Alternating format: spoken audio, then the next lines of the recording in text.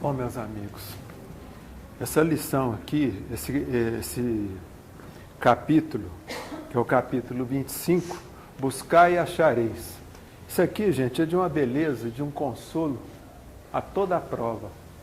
Por quê? Porque isso aqui mostra que nós nunca estamos sozinhos aqui nesse planeta, por mais solitários que a gente possa achar. Às vezes, muitas vezes, as pessoas procuram a gente, eu tenho problema de solidão, tal, quero ver como que eu faço para tratar isso. Eu falo, meu amigo, você acredita em Deus? Todo mundo fala que acredita, né? Aí fala, não acredito. Assim, então você não tem problema. É só você pegar o capítulo 25 do Evangelho segundo o Espiritismo, dar uma lida, você vai se sentir tranquilo. Tá certo? Porque isso aqui, gente, é o que o Cristo exemplificou. Vocês vejam, por exemplo, quando o Cristo foi preso, naquela noite memorável, ele foi preso. Alguém ouviu falar que algum amigo dele foi preso com ele? Algum apóstolo? Porque estavam todos lá. Mas ninguém foi. Por quê? Porque eles... Não é que negaram. Eles correram, como qualquer ser humano. Tá? Porque o Cristo, ele sabia que estava lidando, que é uma das coisas que a gente tem que sempre pôr na cabeça. Ó, gente, eu estou no meio de seres humanos. Se eu estou no meio de seres humanos, tudo isso é passível de falhas, de complicações, de medos.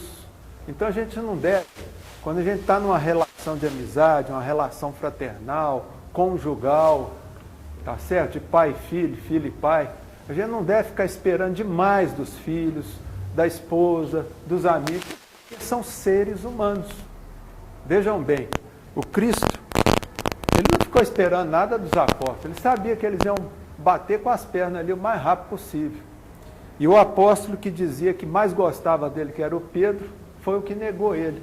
Quer dizer, o Pedro, ele podia muito bem, na hora que a mulher reconheceu ele, falar, não, eu conheço o Cristo, sim, eu sou discípulo dele. Mas cadê que ele falou isso? Tá? O que falou mais alto foi o instinto. Instinto de quê? De sobrevivência. Tá? Porque os romanos, naquela época, gente, não brincavam não, gente. O negócio lá era feio. Tá certo? Tudo era sumário. A justiça era sumária, a execução da justiça era sumária. Então eles sabiam muito bem com o que eles estavam lidando. Não é igual hoje, que o sujeito vai preso, que a coisa toda tem um ritual. Bom, então, gente, isso aí para mostrar o quê? O Cristo, ele disse isso. Falou, gente, ó, vamos acreditar, vamos confiar. É igual ele estava lá naquela situação, o que ele pôde fazer? Nada. Ele simplesmente falou que seja feita a vontade do Pai. E é o que ele fez. Ele entrou em prece, tudo lá, e aguentou o rojão sozinho. Até o momento em que ele desencarnou. Então, do momento que ele foi preso, até o momento do último suspiro do Cristo, não levou nem 24 horas, gente. Tá certo? Olha como é que o negócio era sumário naquele tempo. Tá? Era rápido. Então, quer dizer, isso aqui é para mostrar para a gente que nós não precisamos nos preocupar. O que é uma preocupação? Preocupação é aquilo que a gente sente quando tem medo de quê? Do futuro. A preocupação, ela está no passado ou está no futuro? Futuro. Tá? É por isso que o passado, a pessoa que tem costume de ficar no passado, ou aquelas pessoas que têm costume de ficar só no futuro, elas ficam o quê? Desequilibradas mentalmente. Tá? Quem gosta de ficar no passado, vai arrumar o que para ela? O quê? Depressão, né? É isso aí, depressão. E quem gosta de ficar no futuro? São aquelas pessoas que vão arrumar o que para elas? Transtorno de ansiedade. Tá? Arrumar um pânico, uma coisa qualquer. Porque isso tudo é do futuro. Então, gente, a gente tem que aprender a viver o aqui e agora. E uma das coisas que a gente tem que entender que a vida só acontece no presente. Tá? Então é no presente que a gente tem que procurar agir. E não ficar preocupado.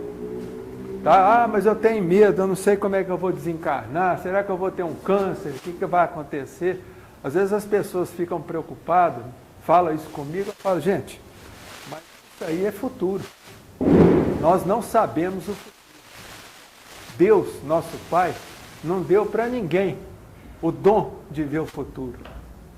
Tá? Tem charlatão aí que fala, mas é charlatão. Tá certo? Porque o futuro ninguém sabe. Então, se ninguém sabe... Tudo a gente faz no dia a dia. Isso, e se ninguém... Isso, então para que a gente vai se ocupar com uma coisa que ainda não existe? Tá certo? Então vamos confiar em Deus, porque Deus age, gente, é agora, é no aqui e agora. Tá? Esse momento que eu estou conversando com vocês é um momento real do universo. Esse momento que nós estamos vivendo aqui é real. Tá certo? Então as bênçãos de Deus, elas ocorrem agora. Ah, mas e o futuro? Eu posso planejar o futuro? Olha, então, mas nós podemos de uma forma técnica, tá? Por exemplo, se você tem um sonho, corre atrás dele. corre atrás, mas você tem que pôr data nesse sonho.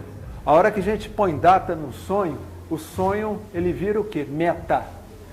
Tá certo? Meta. Isso sim. Nós podemos ter o quê? Metas. Tá? E devemos constituir essas metas. Tá? Isso faz bem para o ser humano. Tá? Porque a gente também não pode andar sem meta. Tá?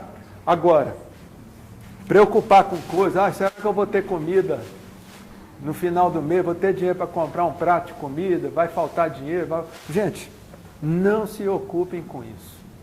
Tá? Beleza. Tá? Vamos viver o aqui e agora. Confiar em Deus. A melhor forma da gente conseguir não ter essa preocupação com a falta, com a escassez, é a gente ser grato pelo que tem hoje. Exato. Né? E pelas coisas boas que a gente já teve a vida toda. Se a gente conseguir fixar no presente, na gratidão pelas coisas que a gente tem, a gente esquece um pouco essa preocupação e confia mais. Mas é que a gente esquece de agradecer, a gente foca só no que não tem, né? Exatamente. Aí fica com medo. Esse é um grande problema, é a pessoa focar as atenções dela só naquilo que não tem. Muitas vezes a gente fica preocupado, focando no nosso pensamento, as nossas emoções, para quê? Para uma escassez, que muitas vezes ela não existe. Tá certo? Então a gente tem que entender isso, é ter fé, confiança. Porque essa promessa aqui do Cristo, gente, o Cristo não era uma pessoa para jogar a conversa fora. Tá? O Cristo, quando ele falava uma coisa, vocês podem confiar. Tá certo? E se ele falou que isso aqui, ó, busque e achará, então vamos tranquilo. É orar, acreditar, pedir, tá certo? Porque o Pai, gente, é igual está mostrando aqui, por exemplo, pode ser o pior criminoso do mundo. Tá? Criminoso, sujeito bravo, mal, tudo. Mas ele tem família. Você vê, por exemplo, um criminoso, a preocupação que ele tem com a família dele. Isso eu falo porque eu trato de gente que está lá dentro do presídio. Tá certo? Então você vê o carinho que eles têm com a família. A preocupação que eles têm para não faltar nada para os familiares dele que estão fora da cadeia, que estão do lado de fora. E eles lá presos dentro da cadeia, do presídio. Então vejam bem, gente, aqui está mostrando isso. Se eles têm uma preocupação com os filhos, imagina Deus, gente. Tá entendendo? Então as pessoas esquecem disso. Tá? Às vezes a pessoa está tão preocupada, aquela chateação, e a gente fala para ela, gente, se você fosse um filho de um potentado, de um rei, você ia ficar preocupado? Como é que você ia se sentir? Você não ia se sentir mais tranquilo? Ia. Agora imagina você que é filho do maior potentado desse universo. Para que você vai ter medo? Não é? Porque na realidade, gente, o maior problema do ser humano é o medo. O medo é o mal. Tá? O medo é a própria personificação. É o maior inimigo do ser humano. A pessoa tem medo. Ah, eu tenho medo de ficar rico. Tem gente que tem medo de ficar rico. Por isso tem tanto pobre. Tá? Mas é uma verdade. Exato. E aí fica com medo de ganhar dinheiro, os parentes montar em cima dele. Tá certo? Então já vi muita gente se sabotando inconscientemente porque tem medo de ter sucesso. Tá? Você vê, tem muita gente, por exemplo, tem aquele ator americano, Will Smith, alguém já ouviu falar nele? É um negro. tá? Que fez aqueles filmes lá, O Homem de Negro, Preto, sei lá.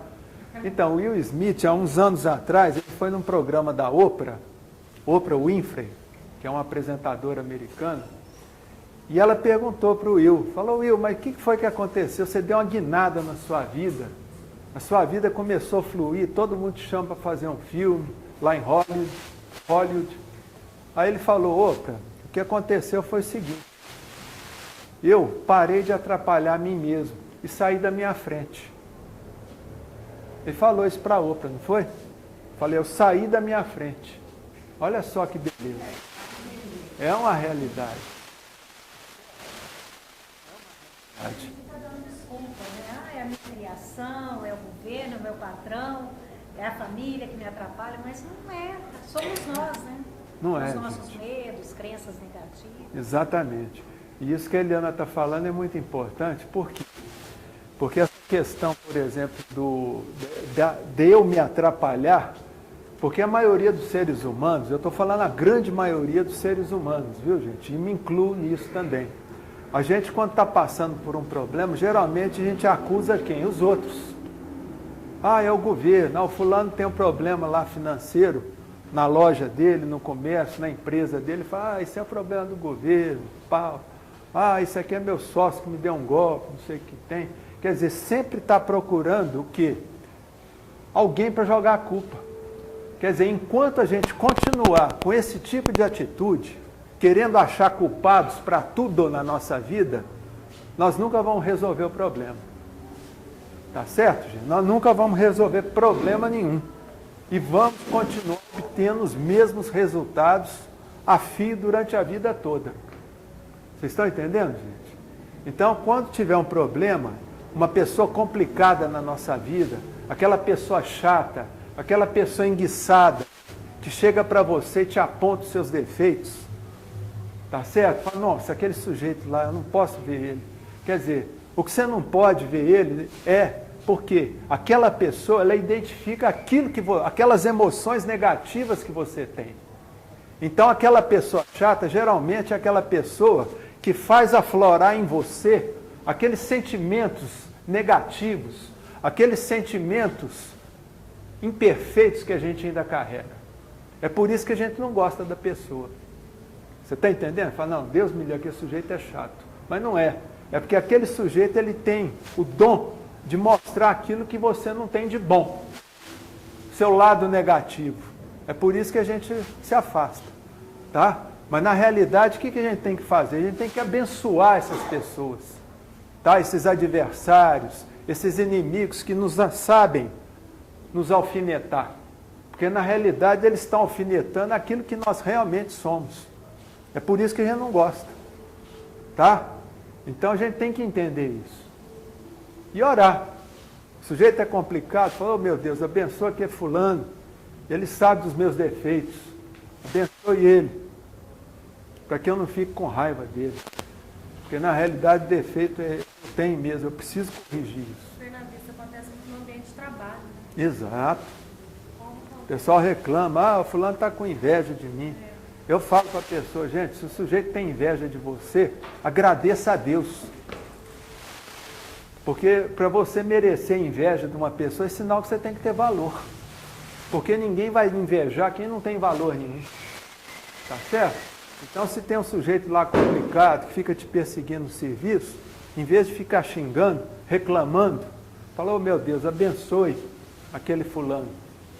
Porque aquele fulano lá é meu grande admirador. Tá certo?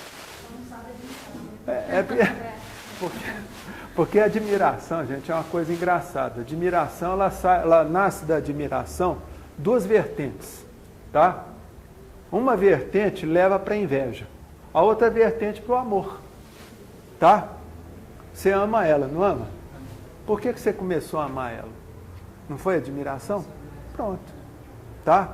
Então, quer dizer, a admiração, ela leva a duas coisas, ou a inveja ou ao amor. Tá? Então, todo invejoso é um grande admirador. Tá? Então, qual que é a forma que tem para a gente tirar o chão do invejoso e talvez transformar aquele invejoso num grande amigo seu? Tem uma técnicazinha. Vou ensinar para vocês agora. que eu achei importante o assunto, correu nisso. Gente, se vocês têm uma pessoa no seu trabalho que te inveja, tá? É aquele famoso puxador de tapete, está sempre te espreitando para te puxar o tapete, o que você tem que fazer? Com muita honestidade, tá? Porque a pessoa percebe quando é fingimento, tá? Mas com muita honestidade, procura ver o que aquela pessoa que está lá te invejando tem de valor. Tem de valor. Porque todo mundo tem um valor, tá? E aí no dia do aniversário dele, tá lá tudo, você chega na hora do cafezinho e chega pro fulano assim, fulano, ó, parabéns pelo seu aniversário. Ó, e tem outra coisa, eu te admiro muito, porque você sabe fazer isso, que eu ainda não sei tão bem. Essa pessoa que tem inveja de você, o chão dela vai abrir. Tá certo? Por quê? Porque essa pessoa não esperava que você, que é o objeto da inveja dela, o admirasse também. Você está entendendo? Pelo que ele precisava era isso. É que você, que é o objeto da inveja, admira ele também. A hora que você faz isso, aquela pessoa, que acontece demais. A pessoa que te inveja de você, aí depois, em reuniões, que tiver alguém falando mal de você, ele vai ser o primeiro a te defender.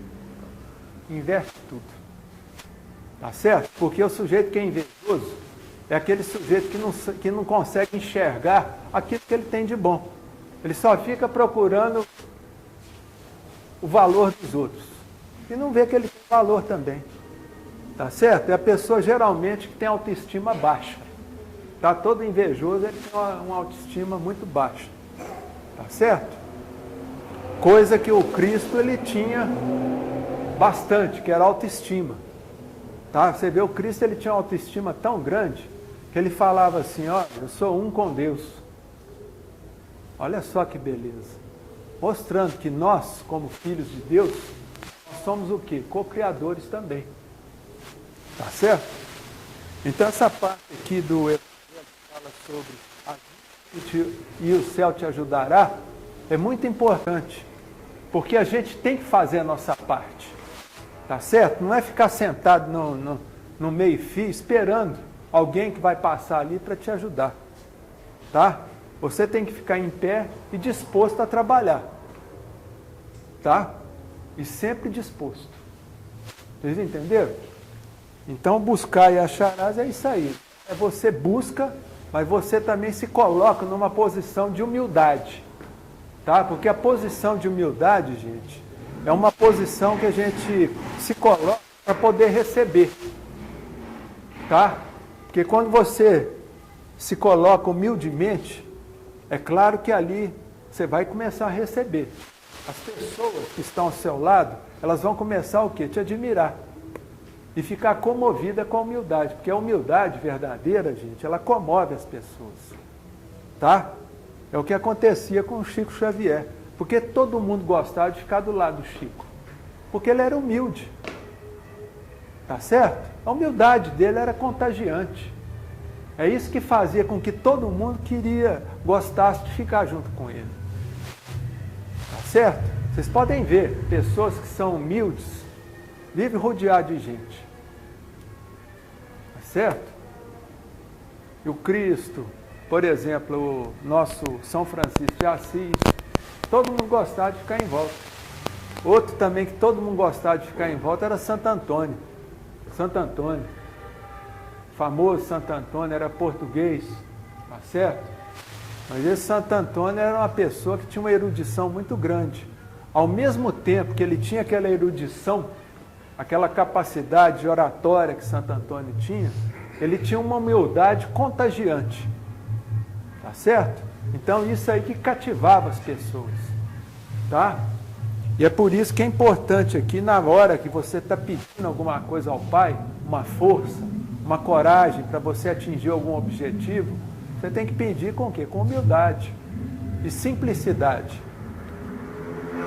É por isso que o Allan Kardec, ele sempre falava da questão do combate ao orgulho, ao egoísmo e à tola vaidade.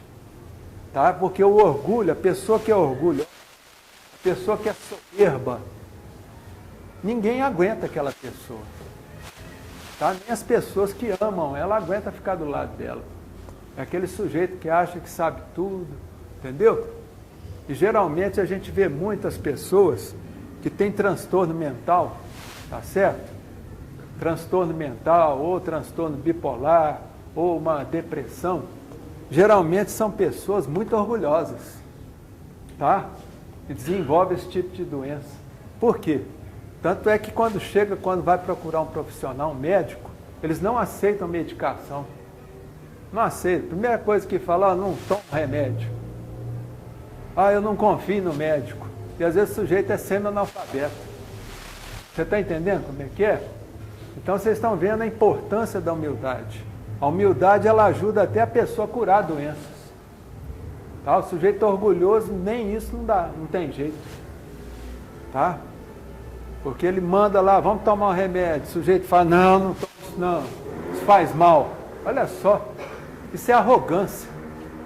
Um paciente chegar para o médico e falar, não, remédio faz mal. Ué, o sujeito está lá pondo o CRM lá dele, lá está assinando. Ele está o quê? Ele está colocando a responsabilidade técnica dele lá.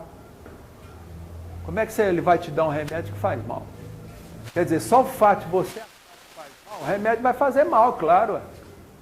Quem é que manda no seu corpo? Não é sua mente? Acabou. Se você fala, não, eu vou tomar essa quimioterapia aqui, mas eu não acredito nisso. Passa pouco tempo, você está lá desencarnando. Está entendendo? O remédio não faz efeito. É igual esquizofrênico. Esquizofrênico é um problema sério. Tá? Porque o esquizofrênico, além de ter um transtorno mental muito severo, uma demência, tá? Ele ainda é orgulhoso. Ele é orgulhoso e ainda é médium. A mediunidade é afloradíssima, o esquizofrênico. E aí os espíritos chegam do lado dele e falam assim, não toma remédio não, que ele está te dando veneno. A pessoa pega os remédios e joga tudo no ralo. E vai ficando cada vez mais transtornado. Tá certo? Por quê? Por causa do orgulho. Tá? Porque geralmente o sujeito que é esquizofrênico, ou aquele sujeito que tem um transtorno bipolar, que é o conhecido bipolar, tá certo? Que tem lá, eles são espíritos muito orgulhosos, que em outras vidas foram reis, rainhas, tá certo? Foram donos de fazenda, donos de escravo, e sabia só mandar nos outros. E aí nasce com problema, vem com transtorno, uma doença mental para quê? Para poder desenvolver a humildade e engolir seco o quê? O orgulho. Tá certo? Mas não, os bichão ainda ficam esperneando. Não vou tomar isso não vou no médico não, porque o médico é doido. Quer dizer, você está entendendo? Sabe? Isso aí a gente sabe, né, Leandro? A pessoa não toma remédio, mas nem acha que está todo mundo contra ela. Aquele orgulho. Um rapaz, que é uma amiga nossa, quando ela ia colocar o remédio dele na carne, pingava o remedinho, os espíritos falavam para ele, ele via um alemãozão grandão perto dele e falava assim, ela tem remédio na carne. Aí ele jogava pro cachorro, aí o cachorro dormia de pé. E ele não tomava, até que teve que ser internado. Né? O jeito é ser internado. Aí tem que internar para o sujeito tomar um remédio à força. Está entendendo, gente? E esses casos aí, você vê, ele viu um alemãozão, que era um espírito. Naturalmente, esse sujeito, eu até brinquei uma vez, falei, isso aí deve ser da Segunda Guerra, aqueles alemães, lá do Terceiro Reich, nazista. Desencarna, esse povo aí, gente, lá do Terceiro Reich, eles estão nascendo tudo aí doido, com transtorno, tudo quanto é doença mental possível, eles estão nascendo. Tá certo? Justamente para quê? Para poder abafar aquele orgulho deles. Tá certo? Aquela arrogância, aquela soberba. Tá? E às vezes as mães chegam para a gente e vêm reclamar. Fala, minha senhora, só não pode reclamar do seu filho que é doente mental. Só sabe por quê? Porque provavelmente quem deixou ele louco foi a senhora, numa outra vida. Então não pode reclamar. Se nasceu com um filho doente mental, a mãe tem que pôr a mão para o céu. E o pai também fala, oh meu Deus, esse aqui é o meu filho verdadeiro. Porque a gente confunde muitas coisas. Às vezes você tem um filho que é normal, você fica falando, esse é meu filho, blá, blá, blá, aquela coisa. Não. Se o seu filho é normal, Você tem que entender que ele é filho do mundo. Tá? Você tem que criar ele para o mundo. Agora, se você tem um filho com transtorno mental, com doença mental, esse sim é seu filho. Você pode falar, esse é meu filho. Porque vai ser seu filho para o resto da vida. Você vai ter que cuidar dele. Tá certo, gente? Então, vamos lembrar aqui desse capítulo 25. Buscar e achareis. Tá certo? Essa é a realidade da vida. Tá? Vamos orar com fervor. Agradecer a Deus. Se está doente, procura lembrar, bom, eu estou doente, porque essa doença está servindo para quê? Essa doença está servindo para me colocar no rumo da minha vida. De alguma forma você saiu do eixo. Se você sai do eixo, acontece alguma coisa. Tá? Ou você sofre um acidente, ou fica doente. Tá certo? Então vamos agradecer a Deus e pedir força ao Pai Maior. Falar, oh meu Deus, me dê força para me suportar essa provação. E se possível, meu Deus, ajuda a achar um caminho para que eu possa retornar aquilo que era antes. Tá? Então vamos ter confiança. Mais alguma coisa? É só lembrar que hoje a neurociência e a física quântica provam tudo isso que o Cristo já falava. Porque quando o nosso cérebro, a neurociência já está mostrando isso.